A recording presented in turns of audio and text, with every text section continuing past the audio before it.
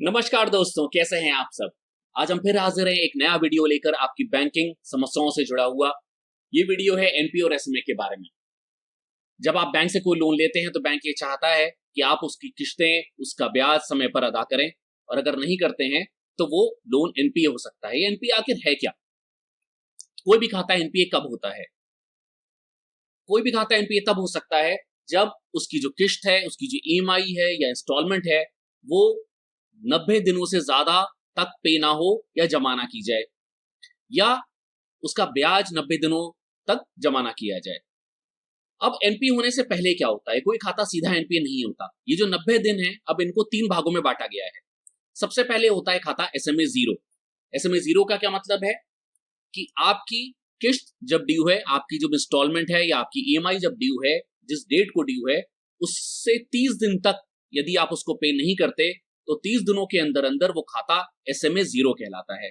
ऐसे ही 30 दिन हो गए, 30 दिन के बाद भी, 30 दिन के अंदर भी वो ईएमआई पे ना की जाए या ब्याज जमा ना किया जाए तो वो खाता एसएमए वन में चला जाता है। यानी कि 30 दिन से ऊपर और 60 दिनों तक वो खाता एसएमए वन में रहता है।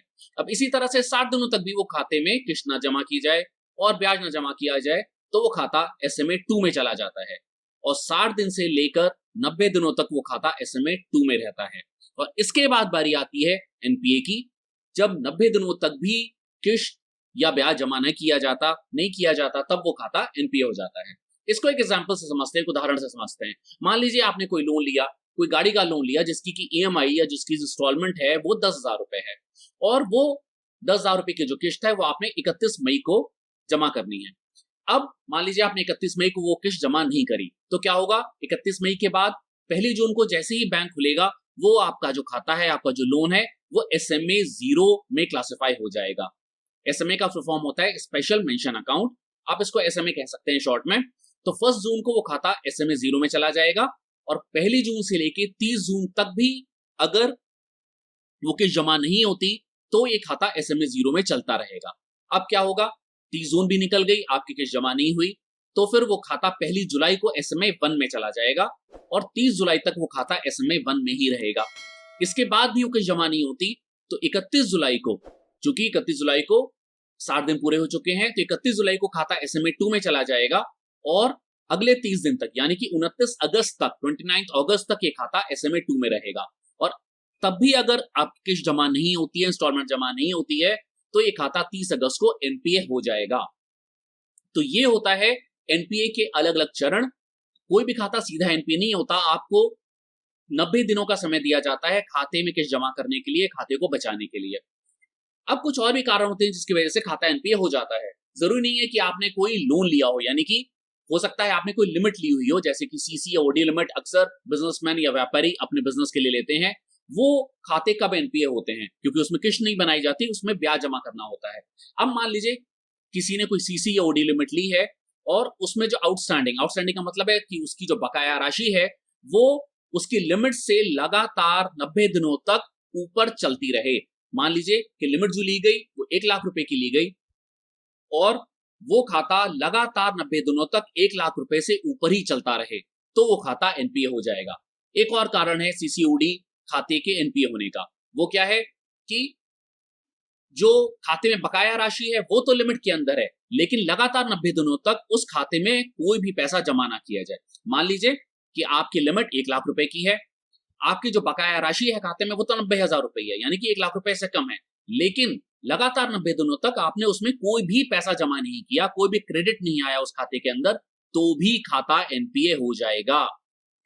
तीसरा कारण सीसीओडी खाते के एनपीए होने का, कि आपका आपकी जो बकाया राशि है वो लिमिट से अंदर भी है, आप उसमें पैसा भी जमा कर रहे हैं, लेकिन आपने जितना पैसा जमा किया वो 90 दिनों में जितना ब्याज लगा उससे कम किया, तो भी खाता एनपीए हो जाएगा। फिर से एक एग्जांपल से समझते हैं कि मान लीजिए आपकी लिमिट 1 लाख रुपए की है, उसमें जो बकाया राशि है वो 90,000 रुपए है, यानी कि लिमिट के अंदर है। अब उसमें 3 महीनों में जो ब्याज लगा, मान लिया कि वो 10,000 रुपए लगा, और आपने इन्हीं 3 महीनों के दौरान उसमें जो पैसे जमा किए वो 10,000 रुपए से कम किए, यानी कि मान लीजिए 9,000 रुपए किए या 8,000 रुपए जमा किए, तो भी वो खाता एनपीए हो जाएगा। आगे चलते हैं।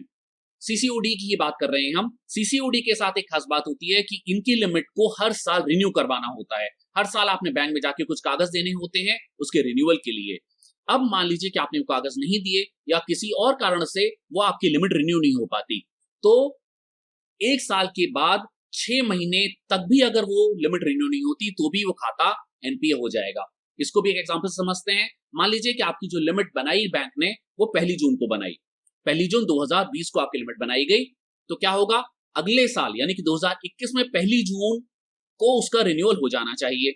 अब मान लीजिए कि वो रिन्यू 1 जून को नहीं हो पाता, 1 जून 2021 को लिमिट रिन्यू नहीं हो पाती, तो क्या होगा कि 6 महीने तक तो वो खाता बचा रहेगा, यानी कि 1 जून से लेके 1 दिसंबर तक तो वो खाता बचेगा, लेकिन 1 दिसंबर तक भी अगर वो लिमिट रिन्यू नहीं होती है तो वो खाता एनपीए हो जाएगा। भले ही आपकी जो बकाया राशि है वो लिमिट से कम भी हो, आप उसमें लगातार हर महीने जो ब्याज जमा कर रहे हैं वो भी आप लग रहा है, जो ब्याज वो आप जमा भी कर रहे हैं, लेकिन फिर भी आपका खाता एनपीए हो जाएगा अगर आपने लिमिट को रिन्यू नहीं करवाया।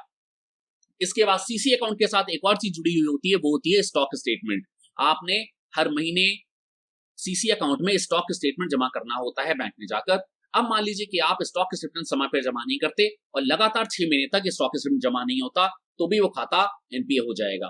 तो ये कुछ खास कारण थे जिससे कि सीसी या ओडी खाते एनपीए हो जाते हैं। अब आपका क्या नुकसान है अगर कोई खाता एनपीए या एसएमए में जाता है? आपके बहुत सारे नुकसान है। पहला, आपकी सिबिल या क्रिफ खराब हो जाती है।